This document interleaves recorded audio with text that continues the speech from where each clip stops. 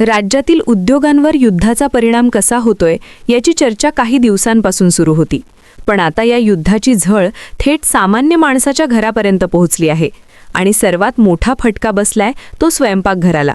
मध्यपूर्वेत अचानक भडकलेल्या तणावाने जगभरातील व्यापारावर परिणाम होऊ लागला आणि त्याचे पडसाद आपल्या राज्यातही उमटू लागले. गेल्या 10 दिवसांत बाजारात जे चित्र दिसते ते अनेकांसाठी धक्कादायक आहे, कारण खाद्यतेलाच्या किमती अचानक वाढू लागल्या आहेत. बाजारात फिरणाऱ्या गृहिणींना, छोट्या दुकानदारांना आणि घाऊक व्यापाऱ्यांनाही हा बदल स्पष्टपणे जाणवू लागलाय. काही दिवसांपूर्वी ज्या दराने तेल मिळत होतं त्याच तेलासाठी आता जास्त पैसे मोजावे लागत आहेत. व्यापाऱ्यांच्या मते 15 लिटरच्या एका डब्यावर तब्बल 100 ते 125 रुपयांची वाढ झाली आहे. आणि ही वाढ अगदी अचानक झाल्यामुळे अनेक कुटुंबांचे महिन्याचे बजेटच कोलमडले आहे. घरातल्या स्वयंपाकघरात रोज वापरल्या जाणाऱ्या वस्तूंमध्ये तेलाचं महत्त्व सर्वात जास्त असतं. भाजी, पोळी, तळण, फराळ प्रत्येक पदार्थात तेल लागतंच आणि त्यामुळे तेलाच्या दरातील बदल हा थेट घरगुती खर्चावर परिणाम करतो. काही गृहिणी सांगतात की महिन्याच्या सुरुवातीला त्यांनी जे बजेट ठरवलं होतं ते आता पूर्णपणे बिघडून गेलं आहे. काही जणींना तर तेलाचा वापर कमी करावा लागतोय, तर काही जणी बाजारात स्वस्त पर्याय शोधताना दिसत आहेत. मात्र हा प्रश्न फक्त घरापुरता मर्यादित नाही, तर त्यामागे एक मोठं जागतिक कारण आहे. मध्य पूर्वेतील आखाती देशांमध्ये निर्माण झालेल्या तणावामुळे आंतरराष्ट्रीय व्यापार साखळी विस्कळीत झाली आहे. अनेक जहाजांच्या हालचालींवर परिणाम झालाय. काही बंदरांवर माल अडकून पडला आहे, तर काही ठिकाणी माल पाठवण्यात उशीर होत आहे. भारतासारख्या देशाला खाद्यतेलासाठी मोठ्या प्रमाणावर आयातीवर अवलंबून राहावं लागतं. विशेषतः सोयाबीन तेल, पाम तेल आणि सूर्यफूल तेल यापैकी मोठा हिस्सा परदेशातून येतो. जेव्हा त्या पुरवठा साखळीत अडथळे निर्माण होतात तेव्हा त्याचा परिणाम थेट आपल्या बाजारावर होतो. सध्या बाजारात जे तेल उपलब्ध आहे ते बहुतेक जुन्या स्टॉकमधून विकले जात आहे आणि म्हणूनच किमती अजून पूर्णपणे वाढलेल्या दिसत नाहीत. पण ज्या क्षणी नवीन आयात कमी होईल किंवा उशिरा पोहोचेल त्या क्षणी दरांमध्ये आणखी मोठी वाढ होण्याची शक्यता आहे. किरकोळ बाजारात काही दुकानदारांनी आधीच ग्राहकांना सूचित केलं आहे की पुढील काही दिवसात तेलाच्या किमतींमध्ये पुन्हा वाढ होऊ शकते. अनेक गृहिणी सांगतात की बाजारात जाताना आता त्यांना दररोज नवे दर ऐकायला मिळतात आणि त्यामुळे घर खर्चाचे गणित मांडणे कठीण होत चालले आहे. एका गृहिणीने सांगितले की काही महिन्यांपूर्वी जे तेल 15 लिटरच्या डब्यासाठी एका ठराविक किमतीत मिळत होतं त्याच तेलासाठी आता 100 रुपयांपेक्षा जास्त पैसे मोजावे लागत आहेत. आणि जर हीच परिस्थिती कायम राहिली तर पुढील महिन्यात घरगुती बजेट सांभाळणे अधिक अवघड होईल.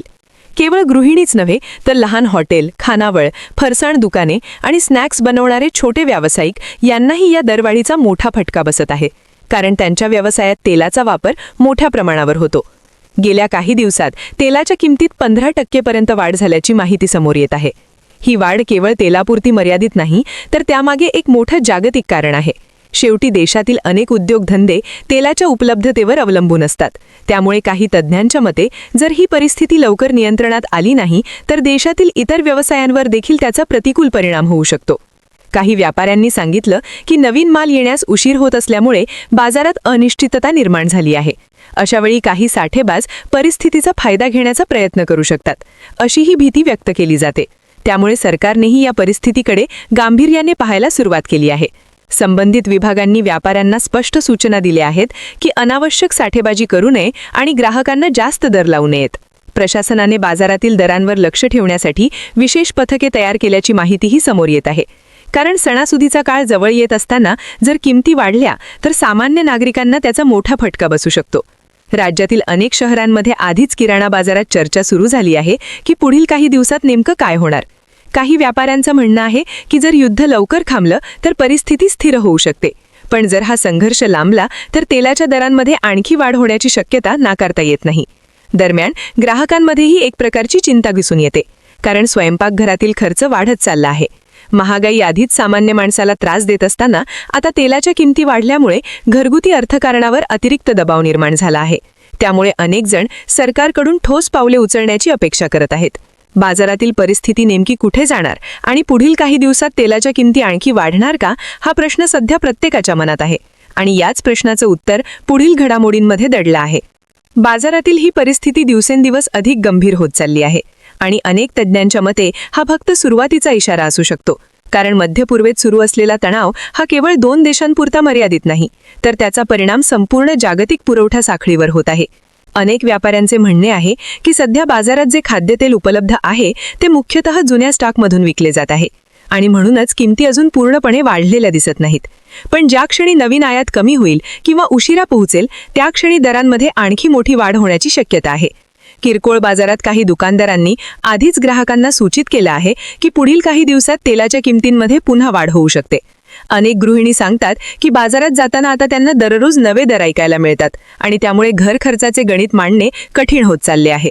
एका गृहिणीने सांगितले की काही महिन्यांपूर्वी जे तेल 15 लिटरच्या डब्यासाठी एका ठराविक किमतीत मिळत होतं त्याच तेलासाठी आता 100 रुपयांपेक्षा जास्त पैसे मोजावे लागत आहेत. आणि जर हीच परिस्थिती कायम राहिली तर पुढील महिन्यात घरगुती बजेट सांभाळणे अधिक अवघड होईल.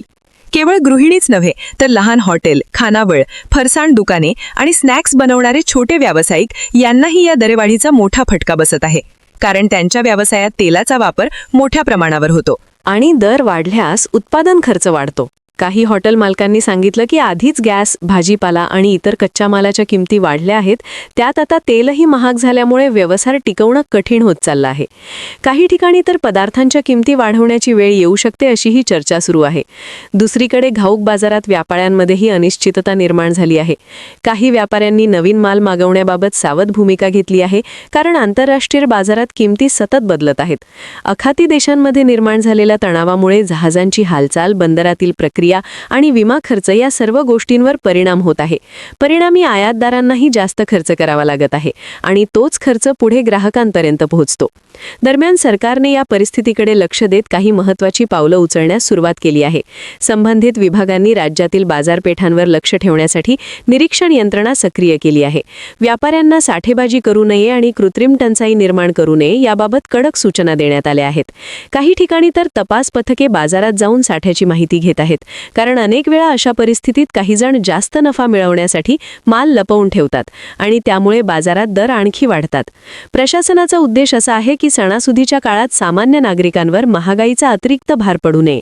विशेषतः आगामी सण जवळ येत असल्यामुळे बाजारातील स्थिरता राखणे आवश्यक आहे. मात्र तज्ज्ञ सांगतात की जर आंतरराष्ट्रीय परिस्थिती लवकर सुधारली नाही तर केवळ स्थानिक पातळीवरील उपाय पुरेसे ठरणार नाहीत, कारण भारतात वापरले जाणारे खाद्यतेल मोठ्या प्रमाणावर परदेशातून येते आणि त्यामुळे जागतिक बाजारातील हालचालींचा थेट परिणाम आपल्या देशावर होतो. त्यामुळे सध्या सर्वांचे लक्ष मध्य पूर्वेतील परिस्थितीकडे लागले आहे. युद्धाचा हा तणाव किती काळ टिकणार आणि त्याचा पुढील आर्थिक परिणाम काय होणार याबद्दल विविध अंदाज व्यक्त केले जात आहेत. काही विश्लेषकांचे म्हणणे आहे की जर परिस्थिती नियंत्रणात आली तर दर पुन्हा स्थिर होऊ शकतात, पण जर संघर्ष वाढला तर केवळ तेलच नव्हे तर इतर अनेक वस्तूंच्या किमतीही वाढू शकतात. त्यामुळे सामान्य नागरिकांमध्येही एक प्रकारची अस्वस्थता दिसून येते, कारण महागाईचा भार आधीच वाढलेला आहे आणि आता त्यात आणखी भर पडण्याची शक्यता व्यक्त केली जात आहे. या सगळ्या घडामोडींमुळे एक प्रश्न पुन्हा समोर येतो की पुढील काही आठवड्यात बाजाराचं चित्र नेमकं कसं असणार आणि सामान्य माणसाच्या स्वयंपाकघरावर त्याचा किती मोठा परिणाम होणार. या सगळ्या परिस्थितीत सर्वसामान्य माणसाच्या मनात एकच प्रश्न सतत फिरत आहे की पुढे नेमकं काय होणार आणि स्वयंपाकघरातील खर्च आणखी वाढणार का. कारण महागाईचा फटका आधीच बसत असताना आता खाद्यतेलाच्या दरवाढीने अनेक कुटुंबांची चिंता वाढवली आहे. बाजारात गेल्यावर गृहिणींना दररोज नवीन दर ऐकायला मिळतात आणि त्यामुळे महिन्याच्या खर्चाचं नियोजन करणं कठीण होत चाललं आहे. काही जणी सांगतात की आधी ज्या प्रमाणात तेल वापरलं जात होतं ते आता कमी करावं लागत आहे. तळणाचे पदार्थ कमी करणे, काही पदार्थ घरी बनवणे टाळणे किंवा पर्याय शोधणे अशा अनेक गोष्टी लोक करताना दिसत आहेत. पण ही फक्त घरगुती पातळीवरील गोष्ट नाही, तर यामागे एक मोठं आर्थिक चित्र दडलेलं आहे. कारण जेव्हा आंतरराष्ट्रीय स्तरावर युद्ध किंवा तणाव निर्माण होतो तेव्हा त्याचा परिणाम केवळ त्या देशांपुरता मर्यादित राहत नाही. व्यापार, आयात निर्यात, जहाजांची वाहतूक, विमा खर्च आणि पुरवठा साखळी या सर्व गोष्टी त्यातून प्रभावित होतात आणि शेवटी त्याचा परिणाम थेट ग्राहकांवर होतो. सध्या खाद्यतेलाच्या बाबतीतही नेमकं हेच चित्र दिसत आहे. भारतासारख्या मोठ्या देशात रोज प्रचंड प्रमाणात खाद्यतेलाचा वापर होतो आणि त्यातील मोठा हिस्सा परदेशातून आयात केला जातो. त्यामुळे जेव्हा बाहेरच्या बाजारात अडचणी निर्माण होतात तेव्हा त्याचे पडसाद आपल्या देशात उमटतात. काही अर्थतज्ञांच्या मते सध्याची दरवाढ ही केवळ सुरुवात असू शकते, कारण जर युद्धाचा तणाव आणखी वाढला तर आयात आणखी कमी होऊ शकते. अशा वेळी बाजारात टंचाई निर्माण होण्याची शक्यता नाकारता येत नाही. व्यापाऱ्यांचंही म्हणणं आहे की सध्या उपलब्ध असलेला साठा मर्यादित आहे आणि नवीन माल वेळेवर पोहोचला नाही तर परिस्थिती बदलू शकते. म्हणूनच प्रशासनाने ही परिस्थितीवर लक्ष ठेवण्यास सुरुवात केली आहे. साठेबाजी रोखण्यासाठी कडक सूचना देण्यात आल्या आहेत आणि बाजारातील दरांवर सतत नजर ठेवली जात आहे. काही ठिकाणी तपास पथकांनी दुकाने आणि गोदामांची पाहणीही सुरू केली आहे.